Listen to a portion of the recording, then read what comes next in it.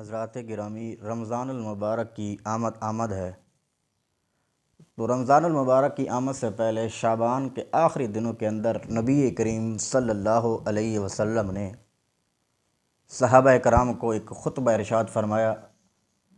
جس کے اندر آپ علیہ الصلاۃ والسلام نے رمضان کی عظمت، فضیلت اس کو بیان فرمایا، اور آپ علیہ الصلاۃ والسلام کا یہ خطبہ انتہائی بلیغ تھا۔ بہت زیادہ اس کے اندر آپ علیہ السلام نے رمضان کی اہمیت کو بیان فرمایا، رمضان کی فضیلت کو بیان فرمایا، اور رمضان میں کرنے والے اعمال کا بھی آپ علیہ الصلاۃ والسلام نے تذکرہ فرما دیا ہے۔ تو یہ آپ علیہ الصلاۃ والسلام نے فرمایا، حضرت سلمان فارسی رضی اللہ تعالیٰ عنہ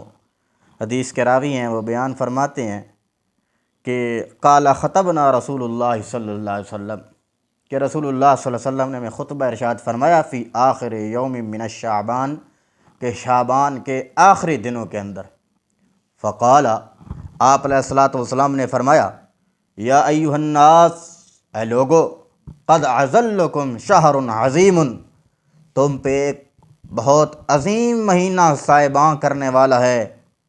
اور فرمایا شہر مبارک، وہ مہینہ مبارک ہے، شہر فی لیلۃ خیر من الف شہر،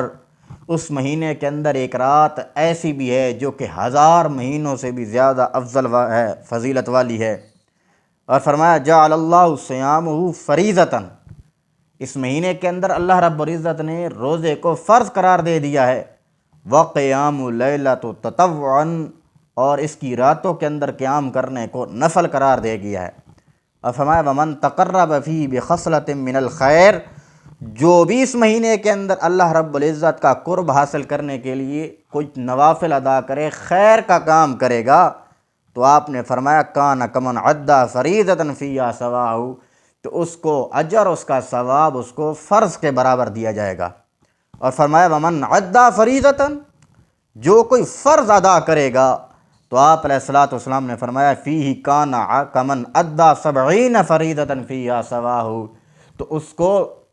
فرض ادا کرنے کا ثواب 70 گنا زیادہ دے دیا جائے گا، 70 فرضوں کے برابر اس ایک فرض کا اجر اور ثواب اس کو دیا جائے گا۔ اور فرمایا ہوا شہر صبر، یہ مہینہ صبر کا مہینہ ہے، اور والصبر ثوابہ جنہ، اور صبر کا بدلہ، نتیجہ جنت ہے۔ اور آپ علیہ الصلاۃ والسلام نے فرمایا شہر یزاد فی رزق المومن، یہ ایسا مہینہ ہے جس کے اندر مومن کے رزق کو بڑھا دیا جاتا ہے، عظمت کر دی جاتی ہے، اس کے رزق کے اندر وسعت کر دی جاتی ہے۔ اور فرمایا ومن فطر فی صائما کان لہ مغفرۃ، جس نے کسی روزے دار کا روزہ افطار کروایا، تو آپ علیہ الصلاۃ والسلام نے فرمایا کہ اللہ رب العزت اس کی مغفرت فرما دے گا۔ اور فرمایا ومن عاتق رقبتہ من النار، اور اس کی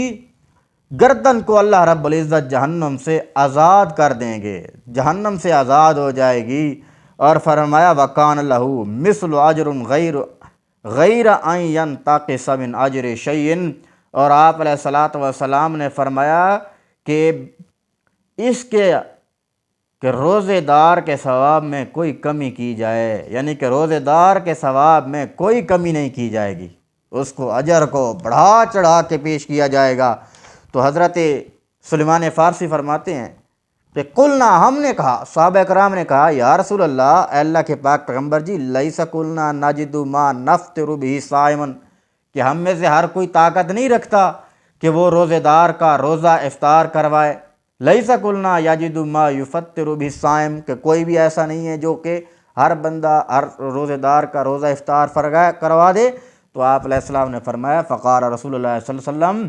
یؤتی اللہ ھذا الثواب، اللہ یہ ثواب عطا کر دیتے ہیں، من فطر صائما، جو روزے دار کا روزہ افطار کراتا ہے، علی مزقۃ لبن، دودھ کے ذریعے بھی، او شربت من الماء، پانی کے ذریعے بھی، ومن اشبع صائما، جو روزے دار کو خوب سیر کرائے، خوب پیٹ بھر کے کھانا کھلائے، پانی پلائے، تو آپ نے فرمایا سقاہ اللہ من حوض شربتن، کہ اللہ رب العزت اس کو حوض کوثر سے پانی پلائیں گے، لا یظمہ حتی یدخل جنت، یہاں تک کہ وہ جنت کے اندر داخل ہو جائے گا، پھر اس کو کبھی پیاس نہیں لگے گی۔